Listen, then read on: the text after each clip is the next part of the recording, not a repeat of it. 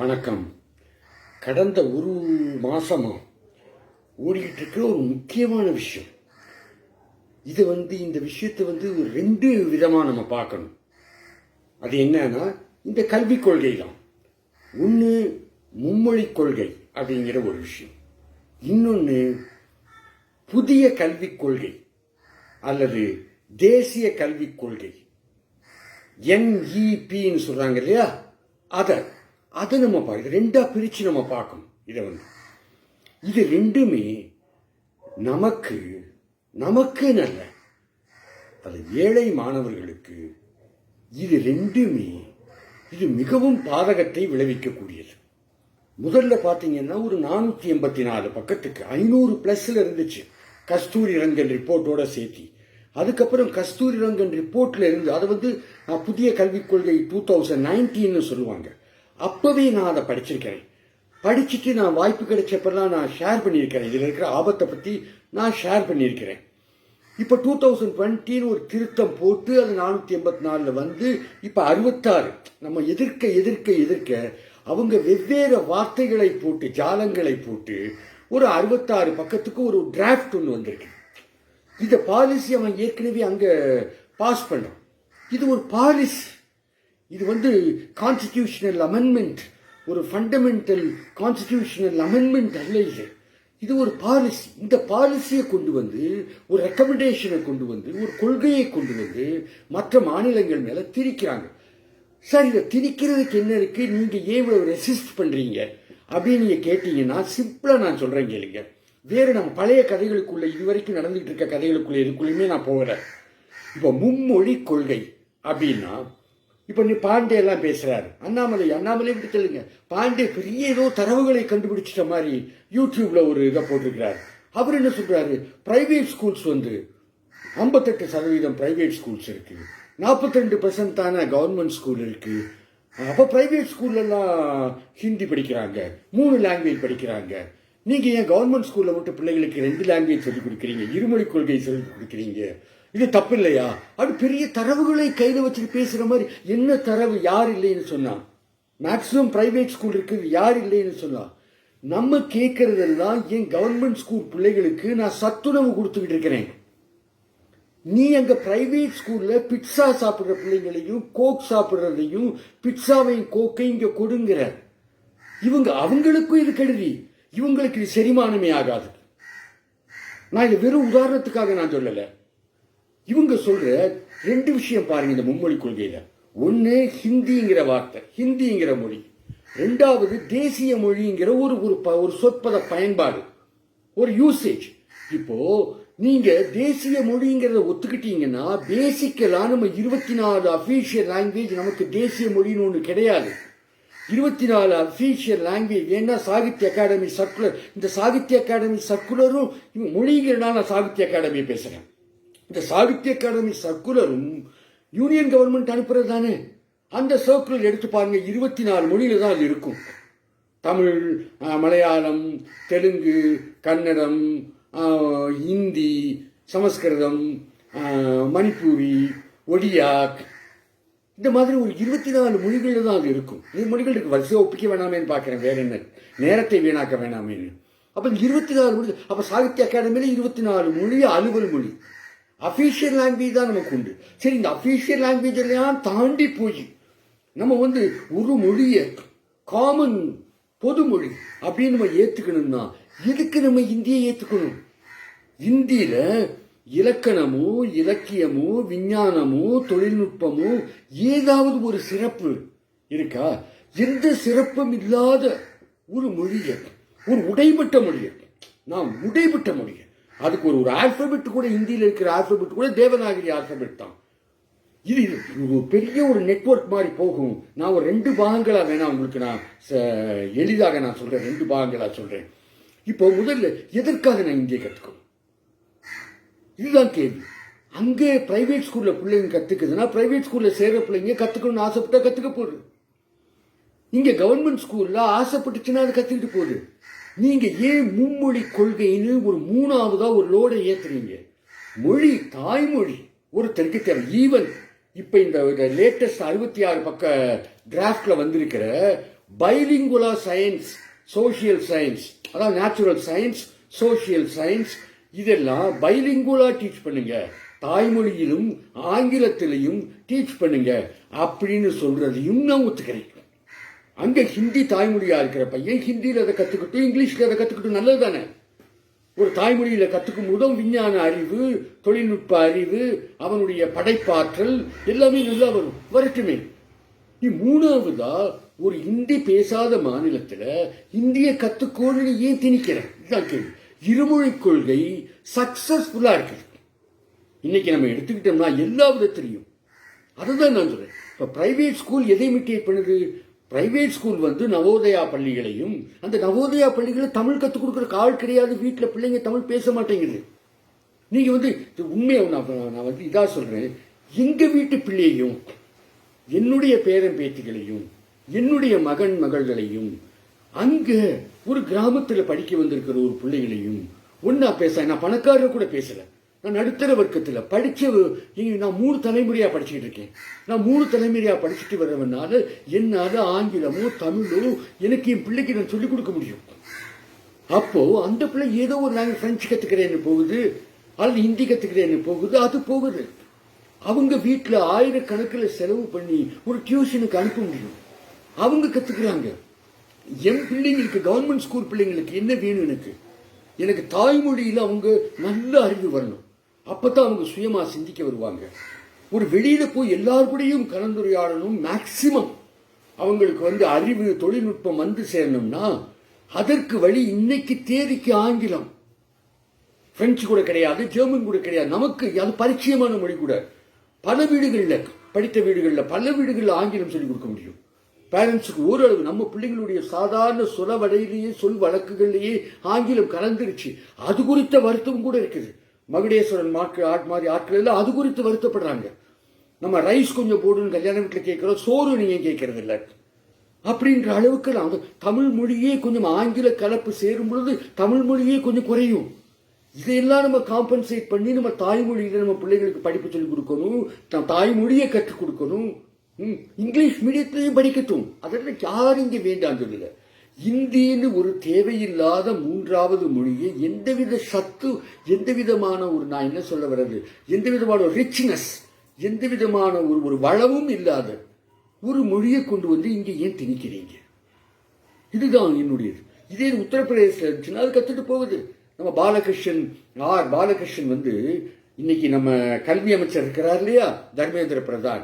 இந்த தர்மேந்திர பிரதான் பிறந்த இடம் வந்து ஒடியா. இந்த ஒடியால வந்து அந்த ஒடிஷா மொழி, ஒடிஷா தான் அவங்களுடைய மொழி. அது ஒரு செம்மொழி. இந்த செம்மொழி மாநாட்டை நடத்தினவரே நம்ம பாலகிருஷ்ணன் அங்க வந்து சீஃப் செக்ரட்டரியா இருக்கும் பொழுதும். அதுக்கப்புறம் அவர் வந்து முதல்வருடைய செயலராக வந்தார். தலைமைச் செயலராக இருந்தார், முதல்வருடைய செயலராக வந்தார். அவரை பத்தி கூட, அவருடைய போஸ்டிங் கூட நான் போட்டிருக்கிறேன். அவர் தமிழ் இலக்கியம் படிச்சு தமிழ்லேயே IAS பாஸ் பண்ணி அவர் ஒடிய மொழியை கற்றுக்கிட்டாங்க. ஏன்னா அங்க வேலை பார்க்கறனால. இங்க எத்தனையோ குஜராத்திகள் சேர்த்துக்கலாம் நிம்பிள்கின்னு பேசுறது இல்லையா? அதை எங்க நம்ம போறோமோ அந்த மொழியை கத்துக்கிறதுல ஒண்ணும் இல்லை. சம்பந்தமே இல்லாம ஒரு 3வது மொழியை கொண்டு வந்து எதற்காக திணிக்கணும்? என் பிள்ளைகளுக்கு சுமையை ஏன் ஏற்றணும்? அந்த ஒரு 90 மணி நேரம் சாதாரணமா ஒரு செமஸ்டர் சிஸ்டம் தான் அவங்க சொல்றாங்க. இப்போ இந்த செமஸ்டர் சிஸ்டம் டை செமஸ்டரா இருந்தாலுமே ஒரு 6 நாள் வகுப்பு நடந்துச்சுன்னா ஒரு 90 நாள் வந்துடும், 90 வகுப்புகள் வந்துடும். இந்த 90 வகுப்புகளை கொண்டு வந்து ஒரு பயனே இல்லாத ஒரு மொழியில ஏன் இந்த குழந்தை போய் செலவழிக்கணும்? அந்த 90 மணி நேரத்தை சுமை ஒரு பக்கம், கற்பித்தல் இருக்கு இல்லையா, கற்றல் ஒண்ணு, அது ஒரு சுமை. கற்பித்தல்ல அந்த 90 மணி நேரத்தை நீங்க அழகா விஞ்ஞானம், தொழில்நுட்பம், சரித்திரம், பூகோளம், சமூகவியல் அந்த குழந்தைக்கு கற்றுக் கொடுத்து அது நாளைக்கு அது வாழ்க்கையில தொழில் முறையிலையும் வேலை வாய்ப்புகளையும் அது முன்னேறிட்டு போறதை விட்டுட்டு இதுக்கு சம்பந்தமே இல்லாம எந்த விதமான வளமும் இல்லாத இந்தியை கொண்டு ஒத்துழைக்கிறாங்க. இதுதான் நம்ம அப்செக்ட் பண்றோம். நான் யாதவ் கி பாரத்தும் ஷோலையும் பார்த்துக்கிறேன். நான் ஹிந்தி கத்துக்கணுமா? நான் கூட பிராத்மிக் கிளாஸ்க்குலாம் போனேன், கொஞ்சம் கிளாஸ் போன சின்ன வயசுல சும்மா எல்லாரும் அப்போ நான் கேட்கிறேன், ஒரு சாதாரண ஒரு விஷயம் கேட்கிறேன். எங்கேயாவது நான் இத்தனை வருஷம் நான் வந்து கல்வித்துறையில் இருக்கிறேன், இன்னைக்கு வரைக்கும் நான் கல்வித்துறையில் இருக்கேன். இது வரைக்கும் ஒரு ஆளை கூட, உண்மையில போய் சொல்லல, ஒரு ஆள் கூட நான் ஹிந்தி தெரிஞ்சதுனால எனக்கு வேலை கிடைச்சதுன்னு சொன்ன ஒரு ஆளை கூட நான் பார்த்து கிடையாது. நான் ஆங்கிலம் தெரிஞ்சதுனால எனக்கு வேலை கிடைச்சது, தமிழ் தெரிஞ்சதுனால எனக்கு வேலை கிடைச்சதுன்னு சொல்ற ஆயிரக்கணக்கான மாணவ மாணவியரை நான் பார்த்திருக்கிறேன். ஒரு ஆளை கூட என்னால் பார்க்க முடியல. நாளாக நாளாக அந்த பகுதிகளில் ஆங்கிலத்து வழி கல்வி இல்லாம, சரியான கற்றல் கற்பித்தல் இல்லாம, அங்க நார்த்ல இருந்து வேலை இல்லாம, நம்ம இந்த கவர்மெண்ட் ஸ்கூல் பிள்ளைகளை மாதிரி அங்கேயே இருக்கும் இல்லையா, அந்த பிள்ளைங்க பூரா இங்க ரோட்ல தெரியுதுங்க. இங்க மூட்டை தூக்குது, இங்க ஹோட்டல்ல 18 மணி நேரம் வேலை பார்க்குது, சித்தால் வேலை 18 மணி நேரம் வேலை பார்க்குது, பெயிண்டர் வேலை 18 மணி நேரம் வேலை பார்க்குது, ரோட்ல பானிபூரி அதுவும் வித்துக்கிட்டு தெரியுது, பெல்ட்டும் அதுவும் நான் டெய்லி பார்க்குறேன்ல. என் பிள்ளைங்க ஏன் பிச்சை எடுக்க வைக்கிறீங்க? என் பிள்ளை நல்லா படிச்சுக்கிட்டு இருக்கு. அதான் நான் முதல்ல சொன்ன உண்மையானது. நான் என்னுடைய கவர்மெண்ட் ஸ்கூல் பிள்ளைகளுக்கு என்ன வேணுமோ அதையெல்லாம் செஞ்சுக்கிட்டே வரணும் தமிழக அரசு. அது யாரா இருந்தாலும் பரவாயில்ல, காங்கிரஸ் காமராஜரா இருந்தாலும் சரி, டிஎம்கே அண்ணாவா இருந்தாலும் சரி, அதுக்கப்புறம் எம்ஜிஆரா இருந்தாலும் சரி, கலைஞரா இருந்தாலும் சரி, ஜெயலலிதாவா இருந்தாலும் சரி, ஸ்டாலினா இருந்தாலும் சரி, யாரா இருந்தாலும் எல்லாரும் இந்த கவர்மெண்ட் பள்ளிகளுக்கு நமக்கு இலவசமா பாஸ் கொடுக்கிறது, கம்ப்யூட்டர் கொடுக்கிறது, சைக்கிள் கொடுக்கிறது, படிப்பே இலவசமா கொடுக்கிறது, நோட்டு கொடுக்கிறது, புத்தகம் கொடுக்கிறது, இப்படி கொடுத்து கொடுத்து கொடுத்து பிள்ளைங்களுக்கு இன்னைக்கு நம்ம என்ன செலவழிக்கணும்னா, நம்ம கவர்மெண்ட் ஸ்கூல்ல இப்ப இருக்கிற இருமொழி கொள்கை படி இன்னும் இந்த பிள்ளைகளுக்கு நிறைய ஆசிரியர்களை நாம் நியமனம் பண்ணணும். இவங்க சொல்ற மாதிரி ஹிந்தி அல்லது எல்லா லாங்குவேஜையும் வச்சுக்கிட்டு லோக்கல் லாங்குவேஜ் என்ன தெரியுமா ஆகும்? நான் இன்னொரு விஷயம் நான் உங்களுக்கு சொல்றேன், கேட்டுக்கங்க. இன்னொன்று என்ன தெரியுமா ஆகும்? இவன் ஹிந்தின்னு இதை கொண்டு வந்து வச்சுட்டாங்களா, அப்புறம் இப்பதான் மாத்திட்டு இங்கிலீஷையும் கொண்டு வந்திருக்காங்க. நம்ம சத்தம் போட உண்மை. இப்ப லேட்டஸ்ட் 66 பக்கத்துல தான் வரைவில் தான் கொண்டு வந்திருக்காங்க. இனி இந்த வரைவு உள்ளுக்குள்ள போகும். அவன் பாஸ் பண்ணது வேற, பாஸ் பண்ண 2019 வேற.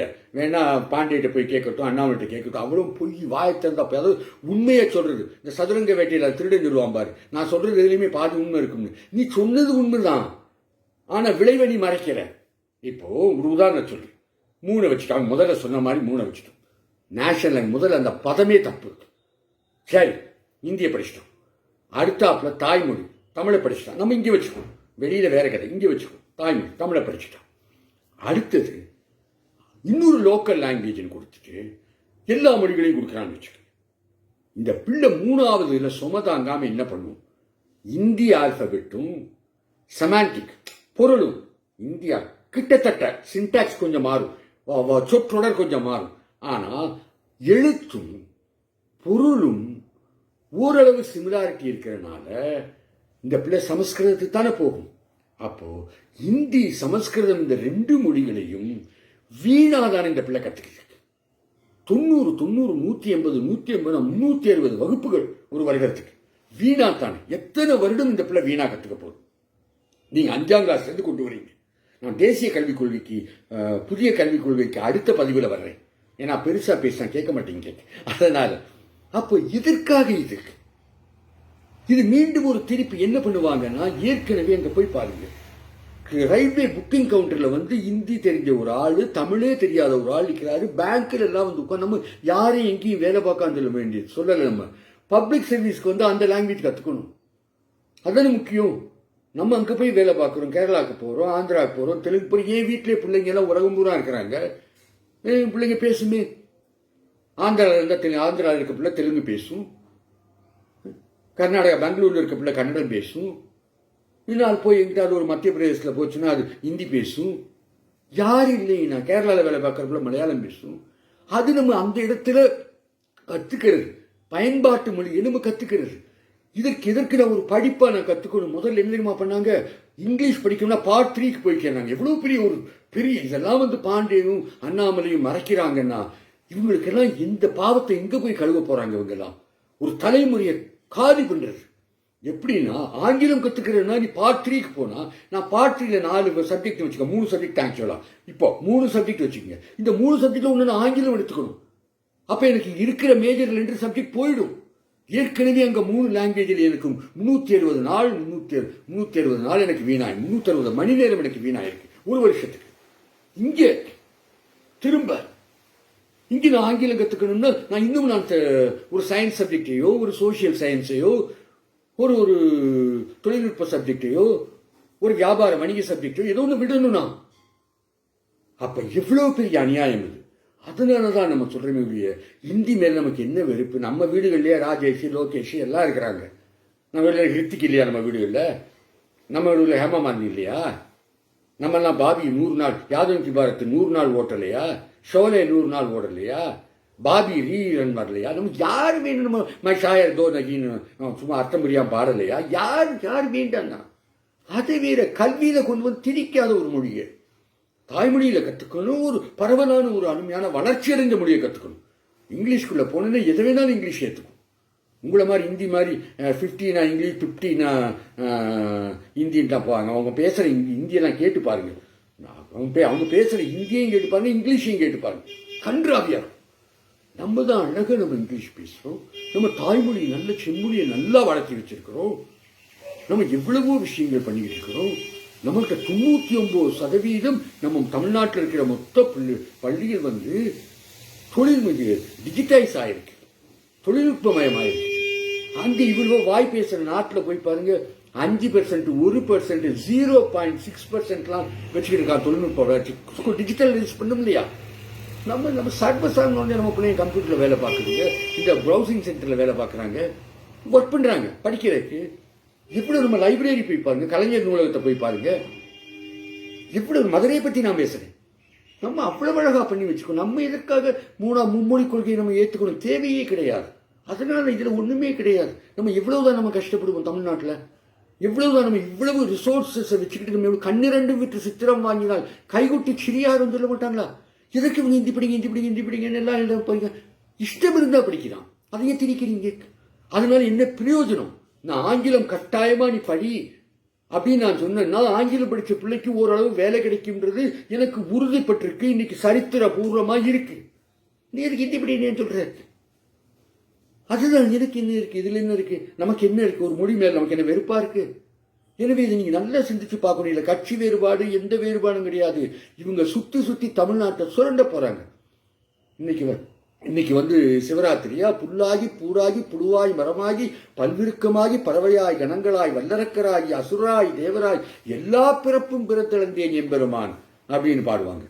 அந்த மாதிரி நம்ம ஒவ்வொரு கஷ்டப்பட்டு உதிரத்தை கொட்டி நம்ம ஒவ்வொன்றும் வளர்த்தி வச்சோம்னா இவங்க நம்மளை திருப்பி கொண்டு போய் 50 வருஷம் பின்னாடி தள்ளிட்டு இவங்க பூரா வந்து நீ வா தாராளமா இங்கே வேலை பண்ணணும், எனக்காக வேலை பார்க்கணும்னு இருக்குமா? நம்ம ஊர்களில் இன்னைக்கு ஹிந்தி பேசுறவங்க எல்லாம் இல்லையா?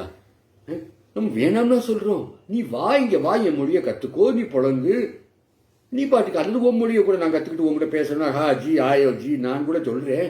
அதை நான் வேணாம்னு நான் சொல்லல. நீ கல்வியில கொண்டு வந்து கை வைக்கிற நாளைக்கு வேலை வாய்ப்பு, வாழ்க்கை முறை, சிந்தனை தெளிவு, இத்தனை விஷயங்கள் இருக்கிற அறிவுசார் துறைகளில் நீ எதுக்குள்ள கொண்டு வந்து தேவையில்லாத ஒரு மொழியை நம்ம தவறா பேசக்கூடாதுக்கான வார்த்தையை யூஸ் பண்ணல, வளமற்ற மொழியை கொண்டு வந்து வைக்கிறேன்.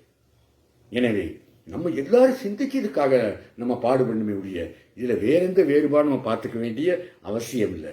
அடுத்த பதிவில் நான் உங்களுக்கு தேசிய கல்விக் கொள்கை பற்றி நான் கண்டிப்பா சொல்றேன். நான் உங்களுக்கு